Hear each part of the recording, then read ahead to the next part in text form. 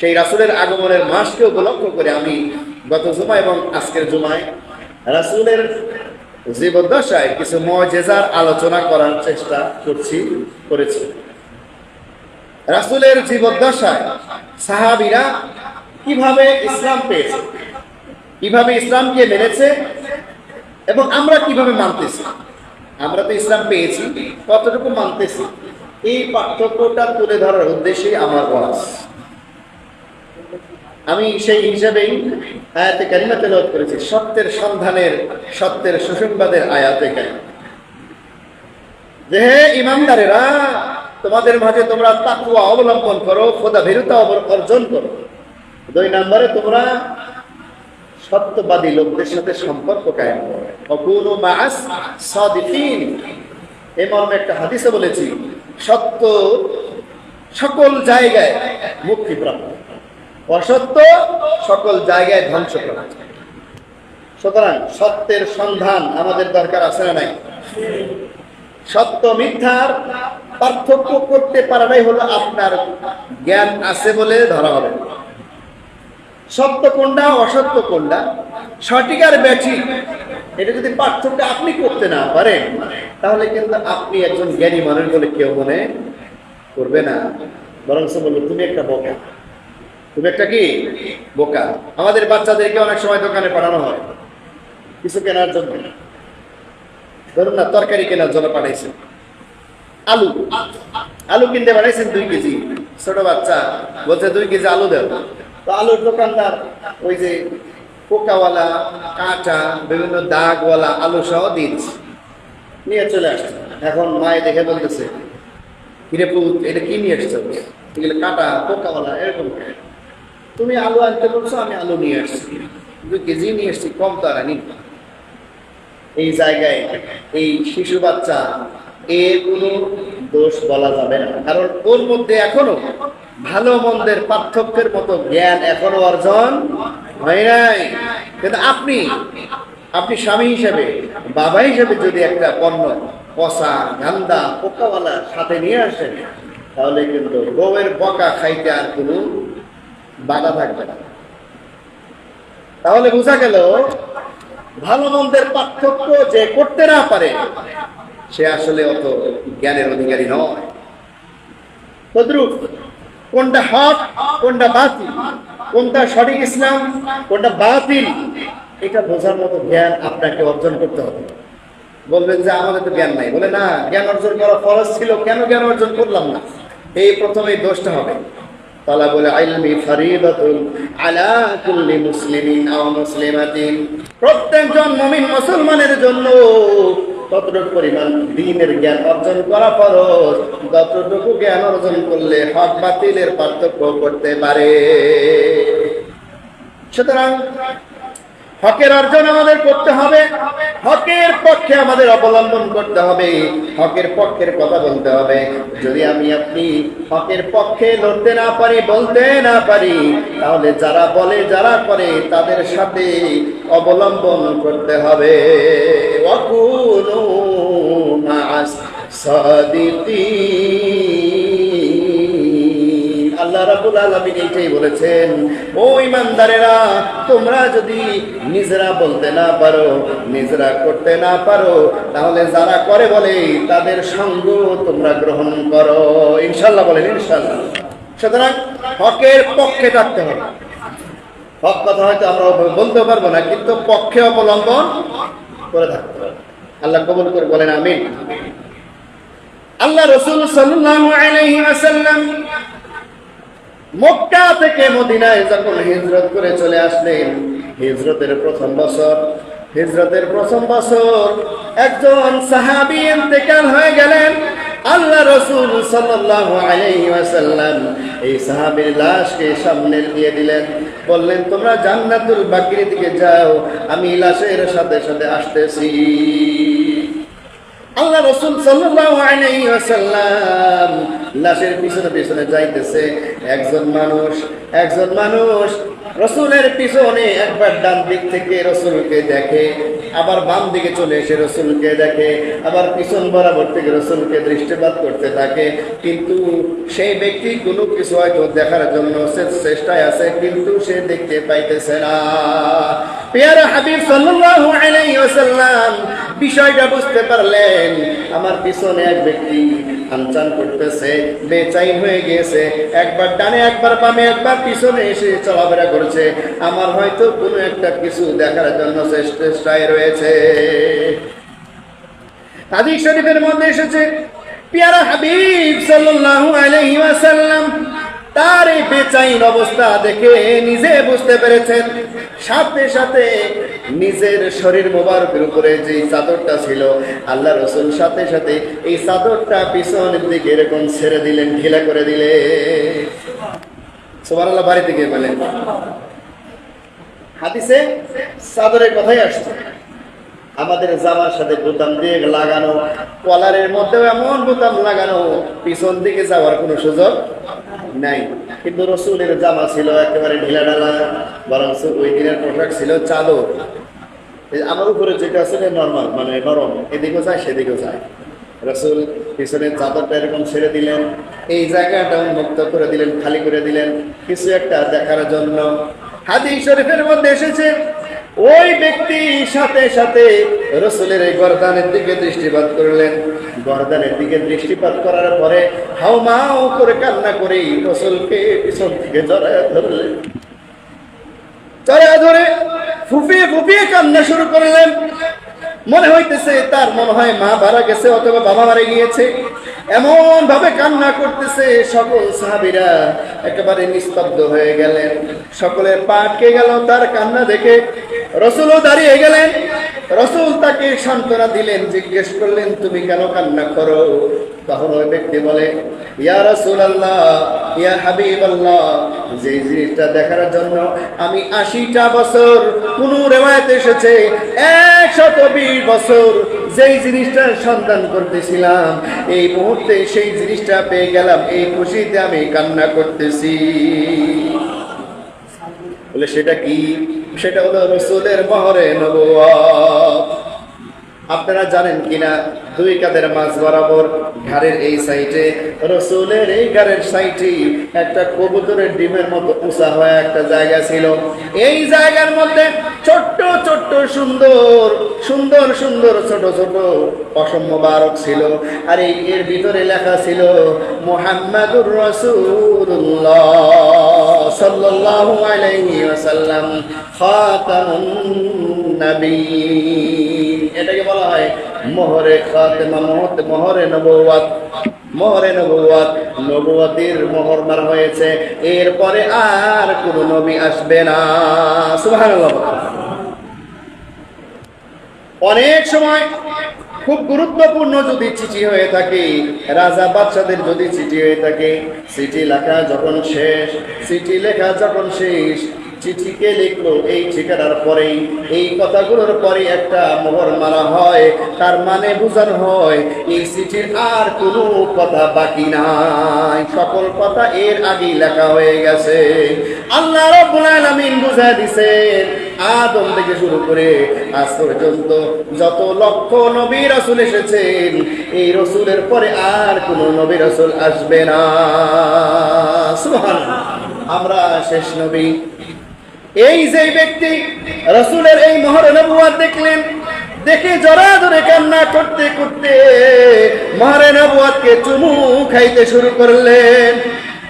আদর যত্নের মোহাব্বত আর আবেগের সাথে রসুলের মোহরে নবুয়তকে চুমু খাইতে শুরু করলেন। বললেন, ইয়া রাসূলুল্লাহ, ইয়া হাবিবাল্লাহ, আমি 80 বছর যাবত, মতান্তরে 120 বছর যাবত এই সত্যের সন্তানে ছিলাম, আজকে সেই সত্যটা আমার সামনে উন্মোচন হয়ে গিয়েছে। আল্লাহ রাসূল সাল্লাল্লাহু আলাইহি ওয়াসাল্লাম সাথে সাথে দাঁড়িয়ে গেলেন, দাঁড়িয়ে ঘুরে তাকে আদর করে বুকে জড়িয়ে ধরে জিজ্ঞেস করলেন, তোমার নাম কি? তুমি কোত্থেকে এসেছো? তুমি কিভাবে আমার সন্ধান পেলে? তখন সেই ব্যক্তি বলে, ইয়া রাসূলুল্লাহ, ইয়া হাবিবাল্লাহ, আমার নাম হলো রোজবে। কি নাম? সবাই বলেন কি নাম? রোজবে। রোজবে নাম বললেন রোজবে। ইয়া রাসূলুল্লাহ, এ সত্যের নবী, আল্লাহর প্রেরিত সঠিক রাসূল, আপনি আমার পরিচয় জানতে চাইলেন। আমার নাম হলো রোজবে, আমার বাড়ি হলো ফারেস শহরে, মুলকে ইরান, বর্তমান ইরান দেশ। ইরান দেশের একটা শহরের নাম বলছে, সেই শহরে আমার বাড়ি, সেই শহরে আমার বাড়ি। সেইখান থেকে আমি পালিয়ে সত্যের সন্ধান করতেছিলাম। এই সত্যের সন্ধানে কিতাবের মধ্যে এসেছে, সে যখন 20 বছর কম বেশি বয়স হয়ে গিয়েছে, তখন তার বাবা তাকে, ওই অগ্নি পূজক বাবা ছিল, তার বাবা আগুনকে পূজা করত, তাকে বলা হয় মজুসি। আগুন পূজা করত তার বাবা, তাকে সাথে নিয়ে আগুন পূজার যেই উপাসনালয় সেখানে নিয়ে যাইতো। যেই নিয়মে আগুন পূজা করত তার সেটা ভালো লাগতো না। একদিন তার বাবা বলেছে, বাজারে যাও, অমকের পাশে অমকের ক্ষেত খামার থেকে ফসলগুলো তুলে নিয়ে বাজারে বিক্রি করে দাও। এই রুজবে তখন বাবার কথা মতো বাড়ি থেকে বের হয়ে যখন বাজারের দিকে যায়, প্রতিমধ্যে একটা খ্রিস্টান চার্চের সন্ধান পায়। তখন সে সেই খ্রিস্টান চার্চের মধ্যে প্রবেশ করে গিয়ে দেখে খ্রিস্টানরা অনেক সুন্দর করে ওই যিশু খ্রিস্টের কাছে প্রার্থনা করে, তাদের ওই অনুযায়ী নামাজ পড়ে বা তাদের প্রথা অনুযায়ী প্রার্থনা করে, দোয়া করে, মোনাজাত করে। এই সমস্ত পদ্ধতিটা এই রোজবের দিলের মধ্যে পছন্দ হয়ে যায়, অনেক ভালো লেগে যায়। সেখানে অনেক সময় দেয়, অনেক সময় পার করার পরে যখন ঘরে চলে আসে, বাবাজি জিজ্ঞেস করে, তুমি এতক্ষণ কোথায় ছিলে? যে কাজে তুমি গিয়েছো এত সময় তো লাগার কথা না। তখন রোজবে বলে, বাবাজান, আমি যাওয়ার সময় খ্রিস্টানদের একটা গির্জা দেখলাম, উপাসনালয় দেখলাম, সেখানে গিয়ে দেখলাম তারা যেভাবে ইবাদত করে, তারা যেভাবে প্রার্থনা করে, আমাদের এই অগ্নি পূজার চাইতে অনেক সুন্দর পদ্ধতি, সেইটা আমার অনেক ভালো লেগেছে। তার বাবা তখন চিন্তা করলো, এই তো খাইছে, এই তো কাম শেষ, আমার ছেলে বুঝি বিধর্মী হয়ে যায়, অগ্নি পূজা ছেড়ে খ্রিস্ট ধর্ম গ্রহণ করে। এই কথা ভেবে ভেবে তার বাবা এই রোজবের পায়ের মধ্যে শিকল পরিধান করায়। এই শিকলটা ঘরের মধ্যে একটা খুঁটির সাথে তালাবদ্ধ করে রেখে দেয়, আর বলে, তোমার খাবার দাবার তোমার কাছে পৌঁছে যাবে, আর তুমি বাইরে যেতে পারবে না। এই রোজবেকে তার বাবা ঘরের মধ্যে আবদ্ধ করে রেখে দেয়। অনেকদিন ঘরের মধ্যে যোগাযোগ শূন্য অবস্থায় চলে যায়। ওই দিকে উপাসনালয় খ্রিস্টানদের যে চার্চ ছিল, সেইখান থেকে একদিন চিন্তা করে, একটা ছেলে এসেছিল, আমাদের সাথে কথা বলে গিয়েছে, নাম ঠিকানা বলে দিয়েছে। তার বাবা ওই সময়ের মধ্যে একটা সম্ভ্রান্ত পরিবারের লোক ছিল, অনেক বেশি সম্মানিত ছিল, সবাই তাকে চিনত। উপাসনালয় থেকে একজন মানুষ সুযোগ পেয়ে তার কাছে দেখা করার জন্য চলে যায়। তার সাথে দেখা করার সময় ওই রোজবে তখন বলে, তোমাদের ধর্মটা আমার অনেক বেশি পছন্দ হয়েছে, আমি অগ্নি পূজা করব না, তোমাদের ধর্ম আমি শিক্ষা নেব। তোমাদের ধর্ম শিখতে হলে এই জায়গায় আমার চলবে না, আমি দেশান্তর হয়ে দূরবর্তী কোনো দেশে চলে যাব। এবার তোমরা বলো, তোমাদের এই ধর্মের উৎপত্তি কোথায়, তোমাদের এই ধর্মের মার্কাজ কোথায়, তোমাদের এই ধর্ম কোন জায়গায় গেলে আমি শিখতে পাবো, সেই ঠিকানাটা দিয়ে দাও। উপাসনালয়ের লোকেরা বলে, আমাদের এই খ্রিস্ট ধর্ম সিরিয়ার মসুল শহরে আমাদের মার্কাজ রয়েছে, আমাদের কেন্দ্র রয়েছে, সেই জায়গায় তালিম দিই, আমাদের ধর্মের মধ্যে দীক্ষিত করা হয়। তখন রোজবে বলে, তোমাদের কাফেলা, তোমাদের লোকবল যেই দিন ওই দিকে চলে যাবে, আমাকে বলো, আমি কৌশলে এখান থেকে পালিয়ে তোমাদের কাফেলার সাথে চলে যাব। যেমন বলা তেমন কাম। কয়েকদিন পরে একটি কাফেলা এই ইরান শহর থেকে সিরিয়ার মসুল শহরের দিকে যাবে, তার কাছে খবর পৌঁছানো হয়। রোজবে তখন তার মাম্মা জানকে বলে, আম্মা জান, সারা জীবন আপনি আদর করে মায়া করে আমাকে বড় করেছেন, আমাকে আদরের কোনো কমতি রাখেন নাই, আজকে আপনার কাছে আমি যেমন একটি আবদার করবো আম্মা জান, জীবনের শেষ আবদার ভেবে সেই আবদারটা আমাকে রেখে দিবেন। রোজবের আম্মা বলে, বলো বাবা, তোমাকে আমরা আদর যত্ন রেখেছি, তুমি তো একমাত্র সন্তান, তোমার জন্য আমাদের সব কিছু কোরবান করে দিতে প্রস্তুত রয়েছি। রোজবে তখন বলে, আমার এই ডান্ডা মেয়েটা খুলে দেন, আমাকে একটু মুক্তি করে দেন, আপনার কোনো পেরেশানি হবে না, আমি এই দেশেই থাকবো না, অন্য দেশে চলে যাব। আম্মা জান তখন বলে, ও পুত্রে, তুমি আমার কলিজার টুকরা, তুমি যদি চলে যাও আমি কি নিয়ে বেঁচে থাকবো? রোজবে তখন বলে, আমি হকের সন্ধান করতে চাই, সত্য জিনিসটা আমি উদ্ঘাটন করতে চাই। আম্মা জান জীবনের শেষ আবদার হিসেবে আমাকে মুক্ত করে দোয়া করে ছেড়ে দেন। তার আম্মা জান হৃদয়টা গলে যায়, তার সন্তানের আকুতি মিনতি সে গ্রহণ করে এই সন্তানকে ডান্ডা বেরি থেকে মুক্তি করে ছেড়ে দেয়। তখন এই রোজবে ওই খ্রিস্টান কাফিরের সাথে সফর করে সিরিয়া দেশের মুসুল শহরে পৌঁছে যায়। মুসুল শহরে গিয়ে দেখে বিশাল মার্কাজ, বিশাল সেই খ্রিস্টানদের চার্চ। সেখানে গিয়ে পৌঁছে নিজের কথা ব্যক্ত করে। সেইখানকার পাদ্রী তাকে তালিম দিয়ে শিক্ষা দেবে বলে আভয় দিয়ে তাকে সেইখানে থেকে যাওয়ার জন্য পরামর্শ দেয়। কিতাবের মধ্যে লিখেছে, এই রুজবে পরবর্তীতে বলেছে, আমি যেই জায়গায় রয়েছি কয়েকদিনের মধ্যে আমি দেখলাম এই চার্চের মধ্যে যেই সমস্ত অনুদান আসতো, ছাগল আসতো, ভেড়া আসতো, দুম্বা আসতো, উট আসতো, অসহায় গরিবদের মাঝে বিলি করে দেওয়ার জন্য আসতো, কিন্তু আমি দেখলাম এই চার্চের যেই পাদ্রী সে চুরি করে সেই পশুগুলো ভিন্ন দরজা দিয়ে বাহির করে বিক্রি করে দেয়।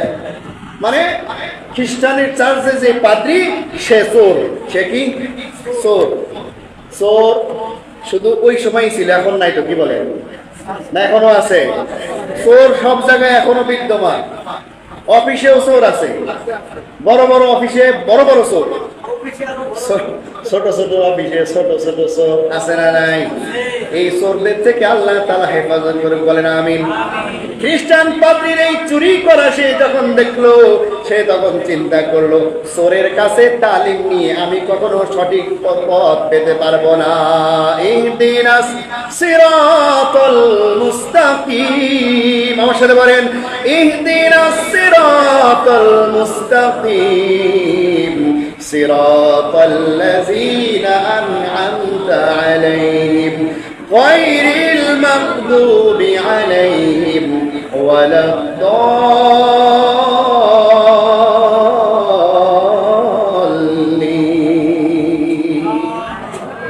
আমিন বলেন সবাই, আমিন।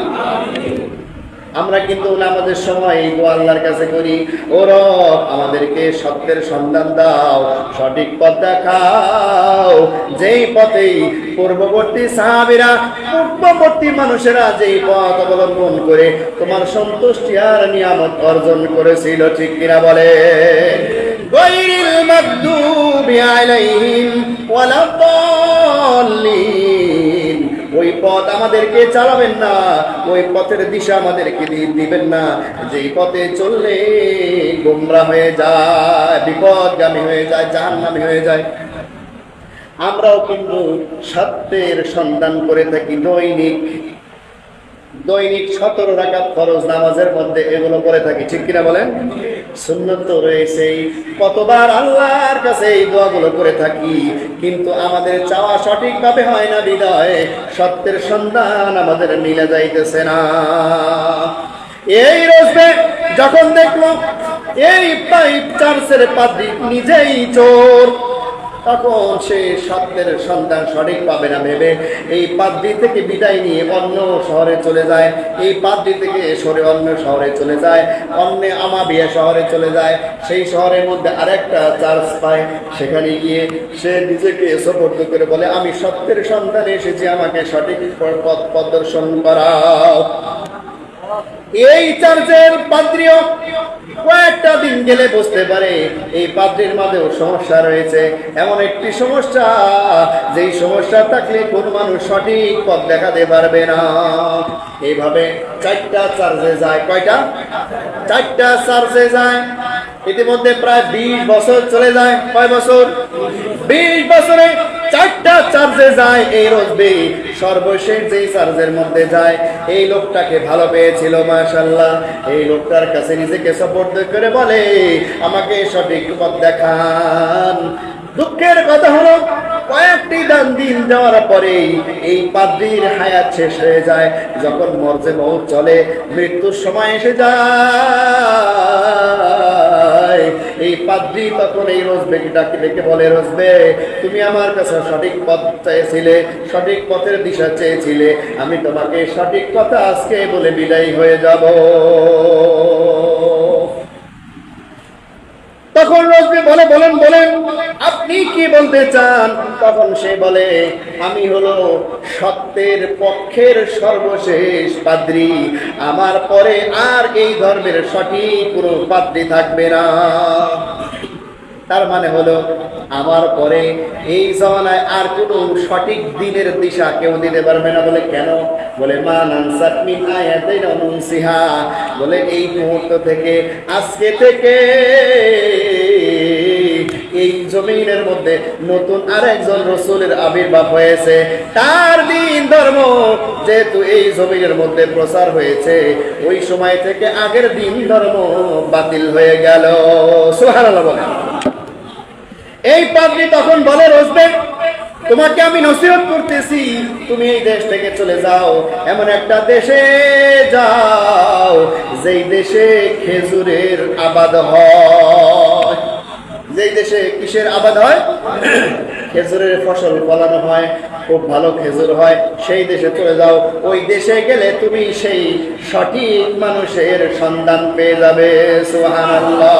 আসলে রাত কলবিস্তে দিনা রাহা, আসলে রাহাত রাহাতে কলবিস্তে দাঈশ আশর সালে সামানিস্তে আ। তোমার দিলের মধ্যে যে বেচাইন কাজ করতেছি, তোমার দিলের যে আসল চাহা, আসল আরাম, তোমার দিল যেটা চাইতেছে, তুমি ওই দেশে গেলে সেই সন্ধান পেয়ে যাবে। আসল শান্তি, আসল প্রশান্তি আর সঠিক পথের দিশা ওই খেজুর আবাদ হয় যে দেশে, সেই দেশে গেলে বাবা।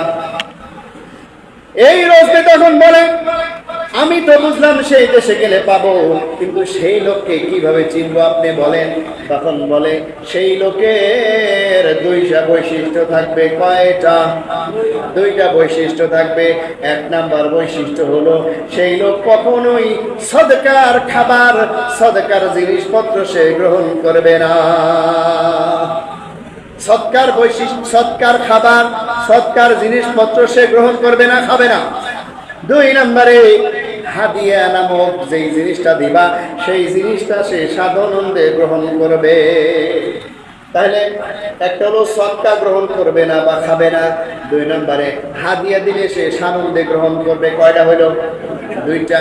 আর এই মানুষকে চেনার জন্য শারীরিক আর একটি অবয়ব সে বলে দিয়েছিল, ওই যে নবুয়তের সিলমোহর। এই রজবে তখন এই পাদ্রী থেকে বিদায় নিয়ে মদিনা মুনাওয়ারার দিকে চলে আসে। আসতে আসতে পথিমধ্যে একটা কাফেলার সাথে দেখা হয়ে যায়। এই কাফেলা জিজ্ঞেস করে, এই তুমি কোথায় যাও? একাকী হেঁটে বেদুইন, তুমি কোন দিকে যাও? তখন বলে, আমি মদিনার দিকে যেতে চাই। মদিনায় শুনেছি অনেক বেশি সুন্দর খেজুরের বাগান হয়, সেই দেশে চলে যাই। মদিনা তখন নাম ছিল ইয়াসরিব। কি নাম ছিল? মদিনার নাম ছিল তৎকালীন ইয়াসরিব। এই কাফেলা তখন বলে, আমরাও সেই জায়গায় যাব। তুমি তো একাকী পায়ে হেঁটে যাইতেছো, তুমি ইচ্ছা করলে আমাদের কাফেলার উটের উপরে সওয়ার হয়ে যেতে পারো। তখন সে চিন্তা করলো, পথ প্রদর্শক একটা পেয়েছি ওই শহর পর্যন্ত যাওয়ার জন্য। এই কাফেলার কথায় সে রাজি হয়ে যায়। উটের উপরে আরোহণ করে সে একটু কিছু দূর যাওয়ার পরে ইয়াসরিবের পথ পরিত্যাগ করে ভিন্ন দিকে রওনা হয়ে যায়। এই জুরবে তখন তো সবকিছুই চিনে না, জানে না, কিছুই বলতে পারে না। সামনে যাওয়ার পরে একটি ছোট্ট বাজারের মধ্যে দেখা যায়, সেখানে গিয়ে তাকে নামায়া বলে, আমরা কাফেলা ঠিকই, কিন্তু তোমাকে আমরা আজকে এখানে বিক্রি করে দেব। এই জরবে ব্যক্তিকে, রোজবে ব্যক্তিকে এই কাফেলা, ইহুদিদের কাফেলা প্রতারণার সাথে তাকে গ্রেফতার করে বাজারের মধ্যে গোলাম হিসেবে বিক্রি করে দেয়। তৎকালীন বাজারে মানুষ কেনা বেচা হতো, গোলাম দাদি কেনা বেচা হতো। বাজারে যখন বিক্রি করে দেয়, বনু জুরাইয়া গোত্রের একটা লোক এই রোজবেকে কিনে নিয়ে বাড়িতে চলে যায়। বাড়িতে নিয়ে তার একটি বাগান ছিল, এই বাগানের খেজুর গাছের পানি দেওয়ার জন্য তাকে নিয়োজিত করে দেয়। তাকে বলে, তোমার কাজ হলো এই খেজুর বাগানে পানি দেওয়া। কারণ সে একটু বয়স হয়ে গিয়েছে, তারা দেখছে বেশ বয়স 80 বছর বা 120 বছর যেটাই হোক, একটু বয়স হয়ে গিয়েছে। তাকে যদি গাছে ওঠা নামানোর কাজ দেওয়া হয়, পরে গিয়ে হাত পা ভাঙতে পারে। এই জন্য একটা কূপ ছিল পাশে, এই কূপ থেকে পানি নিয়ে প্রত্যেকটা খেজুর গাছের গোড়ায় পানি দেওয়ার জন্য তাকে নিয়োজিত করে। সংক্ষিপ্ত আকারে একটা পর্যায়ে নিয়ে আজকে কথা শেষ করে দেব। এই রোজবে যখন পানি সিঞ্চনের কাজ করে, একদিন এই পথ দিয়ে যাওয়ার সময় এক লোক এই বাগানের মালিককে বলে, শুনছনি ইয়াসরিবের মধ্যে একজন ব্যক্তির আবির্ভাব হয়েছে। বলে, কোন ব্যক্তি? বলে, মক্কা থেকে এসেছে। এই ব্যক্তি নিজেকে একটা নিজের ধর্মের দাবিদার হিসেবে উল্লেখ করেছে। সে বলে ইয়া আইয়ুহান নাস কুলু লা ইলাহা ইল্লাল্লাহ, সফল হয়ে যাবে। হে লোক সকল, তোমরা কালেমা পড়ে নাও, দুনিয়া এবং আখিরাতে তোমরা কল্যাণের পথ পেয়ে যাবে। এইরকম কথা বলে। তখন এই রোজবে চিন্তা করলো, আমি তো তাকেই খুঁজতাছি। সাথে সাথে মালিকের কাছে এসে বলে, এই ব্যক্তি কোন শহরে আছে, কোথায় রয়েছে, আমাকে একটু বলেন। মালিক ধমক দিয়ে বলে, তুমি তো গোলাম, তুমি এই সমস্ত কথা শোনার কারণ কি? কোনো দরকার নাই, তুমি তোমার কাজ করে যাও, কাজ করো। ধমক দিয়ে সরিয়ে দেয়। পরের দিন মালিককে বলে, মালিক, আমার কাজগুলো আমি এসেও শেষ করতে পারবো, আমাকে একটু ছুটি দেন, আমি একটু ঘুরে আসি। মালিক তখন ছুটি দেয়। এই বাগানের কিছু খেজুর, তার যে খাবারের খেজুর, কিছু খেজুর সে সাথে নিয়ে ওই রসুলের দরবারে যায়। রসুলের দরবারে গিয়ে দেখে অনেক সাহাবী তার সামনে বসা। এই ব্যক্তি তখন সাহাবীদেরকে ভেদ করে সামনের দিকে চলে যায়। রসুলের সামনে গিয়ে বলে, হে সত্যের নবী, হে আল্লাহর প্রেরিত রসুল, আপনার জন্য আমি সৎকার খেজুর নিয়ে এসেছি। রাসূল তখন সাহাবীদেরকে দেখিয়ে বলে, এই যে আমার সামনে যারা বসে রয়েছে তাদেরকে তুমি এই খেজুরটা দিয়ে দাও। এই খেজুর তখন সাহাবী, গরিব সাহাবী যারা, তাদেরকে দিয়ে দিলেন। প্রথম দিন এই আমলটা করে পরিচয় পর্ব দেয় নাই, আমলটা করে চলে এসেছে। 2-3 দিন পরে আবার কিছু খেজুর নিয়ে গিয়েছেন। খেজুর নিয়ে যে বলছেন, হে সত্যের নবী, আল্লাহর প্রেরিত রাসূল, আপনার জন্য আমি হাদিয়ার খেজুর নিয়ে এসেছি। আল্লাহ রাসূল সাল্লাল্লাহু আলাইহি সাল্লাম সাথে সাথেই নিজের দস্ত মোবারক বৃদ্ধি করে বলে, তুমি দিয়ে দাও। সাথে সাথে খেজুরগুলো নিয়ে নিজেও খাইলেন, সাহাবীদেরকেও খাওয়াইলেন। সুবহানাল্লাহ। তাহলে বৈশিষ্ট্য কয়টা পাওয়া গেল? 2টা। আর বাকি আছে কয়টা? আর একটা বাকি আছে, মোহর নবুয়ত দেখা। এরপরে মালিকের কাছে ফিরে যায়। মালিকের কাছে ফিরে গিয়ে আরেকটা দিন ছুটি নিয়ে আবার রাসূলকে দেখতে আসেন। রাসূলকে আজকে যখন দেখতে আসেন, দেখলেন যে কিছু মানুষের সাথে পিছে পিছে যাইতেছে। একটা লাশ সামনে দিয়ে যায়, লাশের পিছনে পিছনে রাসূল যায়। তখন এই রসবে ব্যক্তি রাসূলের একবার ডান পাশে যায়, একবার বাম পাশে যায়, একবার পিছন দিকে উঁকি মারে। এই মোহরে নবুয়তকে দেখার জন্য সে চেষ্টা করতে থাকে।